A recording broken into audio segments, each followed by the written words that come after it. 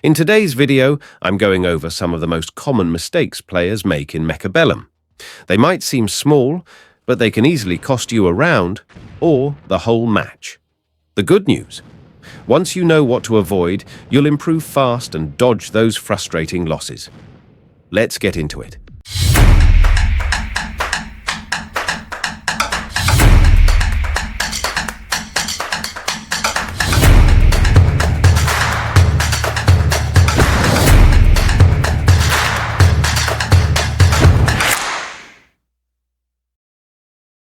Skipping chaff in round 1. That's a mistake mostly new Mechabellum players make. Now, don't get me wrong. So far, we've picked a solid initial unit card, but there's no chaff in it. So what should we do? Simple. We need to add some. And yet, the temptation to drop 2 more arc lights is real. Maybe throw in a tech upgrade next round. But honestly, that's not an optimal play. Chaff is something you should start building from the very beginning. There are exceptions, but they're rare. Marksmen are among the weakest units you can see in round 1, so if your opponent actually gets away with playing them, something clearly went wrong on your side. The second common mistake is placing melee or rush units right at the front of your formation. Yeah, it looks intuitive, but it's not ideal. Why? Because those units, like crawlers and rhinos, are just faster than everything else. And if your opponent decides to play a bit more defensively than usual, your front line charges in alone and gets wiped for free. Meanwhile, your actual DPS is still jogging across the map, trying to catch up. Another thing worth paying close attention to is your deployment limit. It may not translate directly into supply, but it absolutely has value. Wasting even a few deployments early on? That's giving up tempo for free. That's exactly why most games start with a board full of cheap chaff.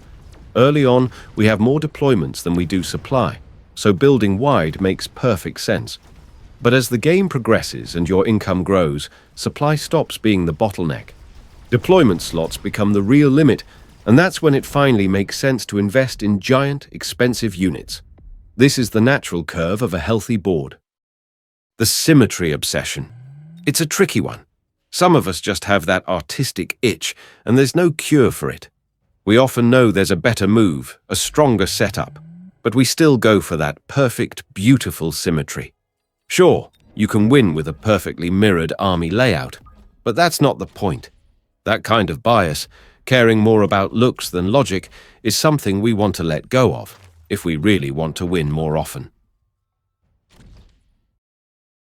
Rushing attack and defense upgrades is another common mistake, especially among players coming from RTS backgrounds like StarCraft.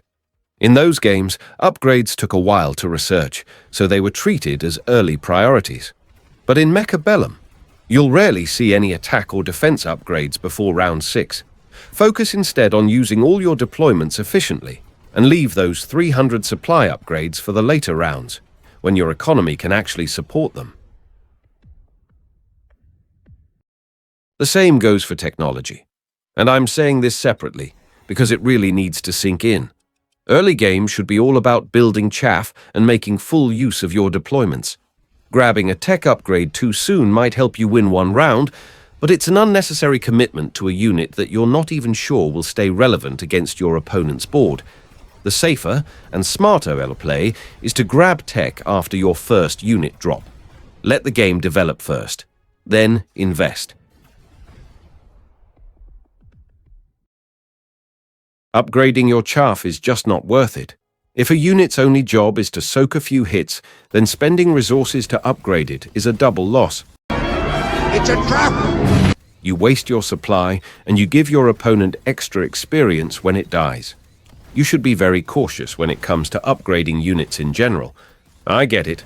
I used to feel the itch too, watching those shiny gold arrows blinking at me. But these days, I usually resist the urge. Too rapid resupply. A scorpion in round 1? Let me put it this way. You can't win the game in round 1, but you can throw away 100 supply. That's exactly what just happened. Rapid resupply should be saved for when someone's down to their last 1000 HP. Anyone still paying off their student loans knows what I'm talking about.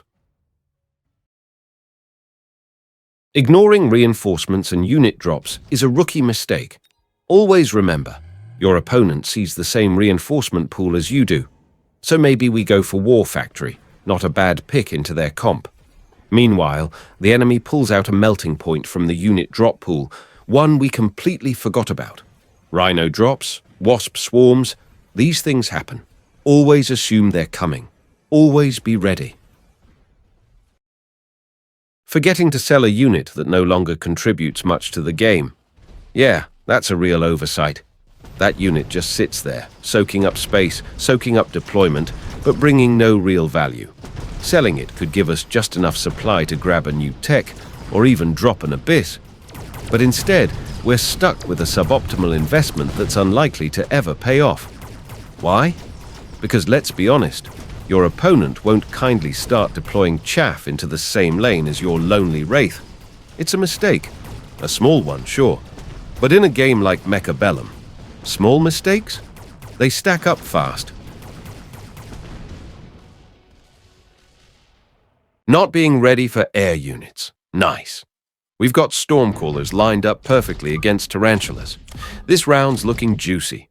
Just gonna add something to deal with crawlers and we're golden. Wait, why are there wasps here? And just like that, we lose the round. All because of laziness. Always check what specialist your opponent picked, or what unit variant they've got. Starting from round 2, you have to be ready for air, no matter what.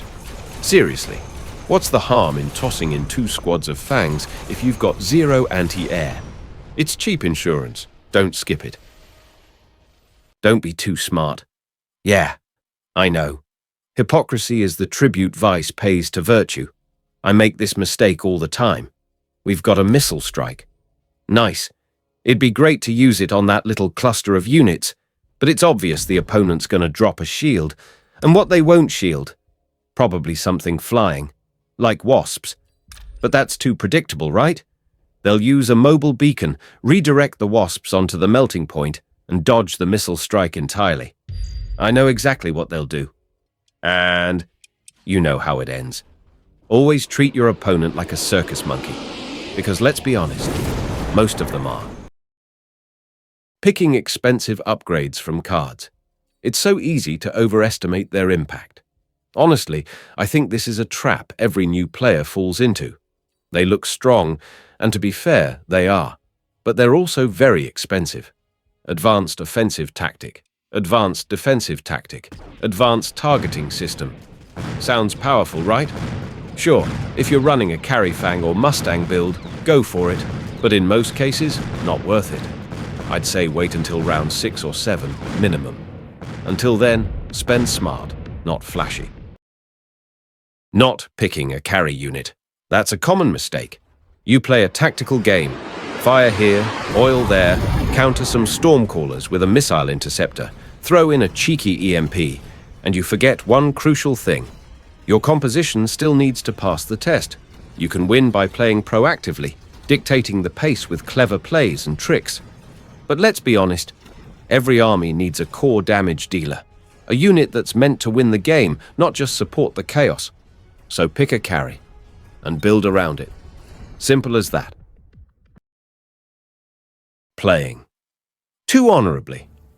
Some players just can't help themselves. They've watched too many Avengers movies and now feel morally conflicted about using the most straightforward path to victory. But here's the thing.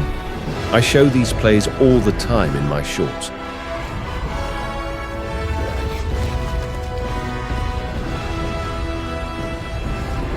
Nuclear launch detected. If you get lucky and pull a strong unit drop, or, I don't know, maybe a nuke, just take it. Use it. Win the game. Honor doesn't win battles. Good decisions do. That's everything I've prepared for you today. If you found yourself nodding along, or maybe realizing you've made 1 or 2 of these mistakes, don't worry, we've all been there. The goal is simple. Play smarter. not harder. Let me know in the comments if you'd like to see a part 2. There's still plenty of ground to cover. And until then, stay sharp, deploy wisely, and I'll see you on the battlefield.